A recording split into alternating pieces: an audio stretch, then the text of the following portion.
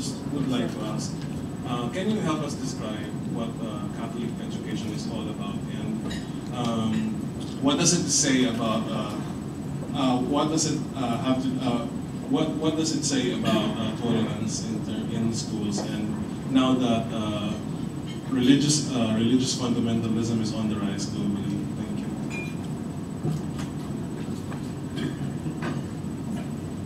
Well, let's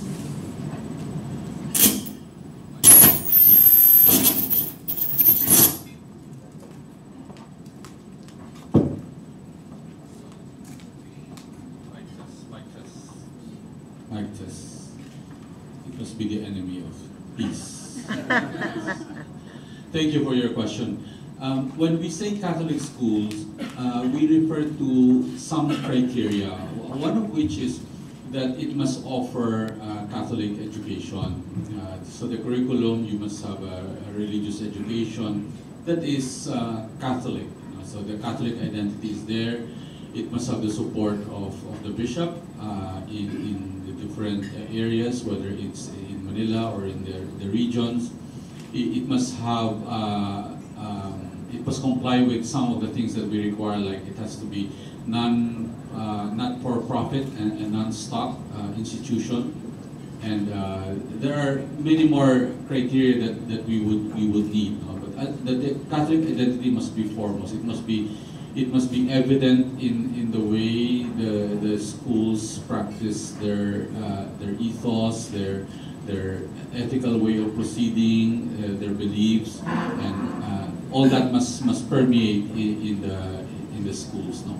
There have been cases within which, and I can tell you this in our region, in Region 9, there are a couple of schools with absolutely no Catholic students.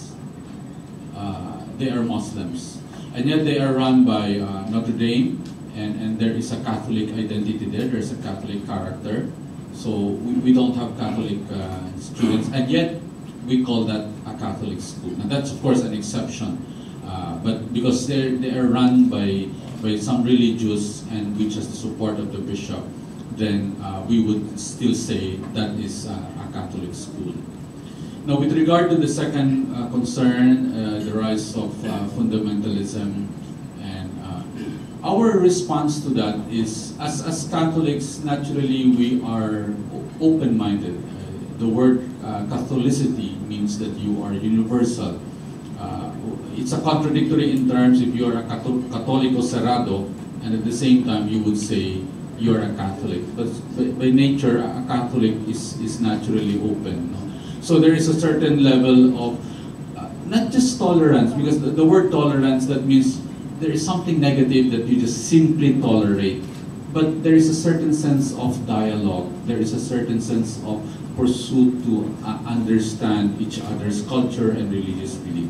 And therefore, to be Catholic, one necessarily has to have that kind of an attitude, to be ready to dialogue and to open oneself to the other religious beliefs and persuasions that exist in an academic community.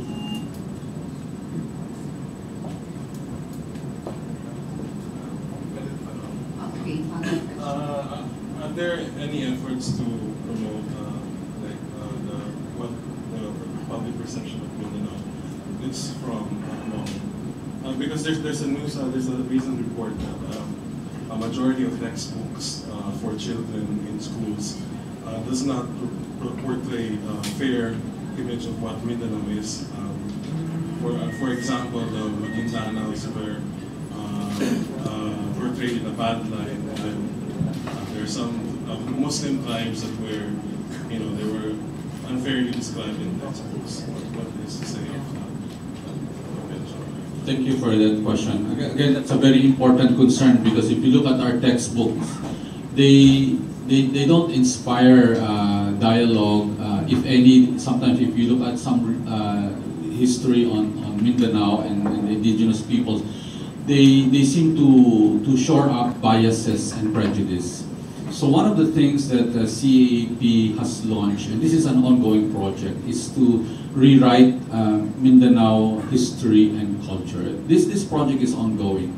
and it has been received with great confidence among our partners, Cocopea.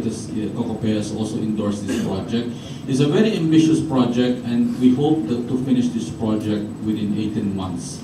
It is an attempt simply to try to rewrite the history of Mindanao and present this to basic education students by way of a reference material, not a textbook, because there is no subject as like the history of Mindanao, but reference text or material that other subjects can draw from, like Civica, Aralin Panlipunan, Values Education, Teaching of Theology, Religious Studies, and so forth and so on.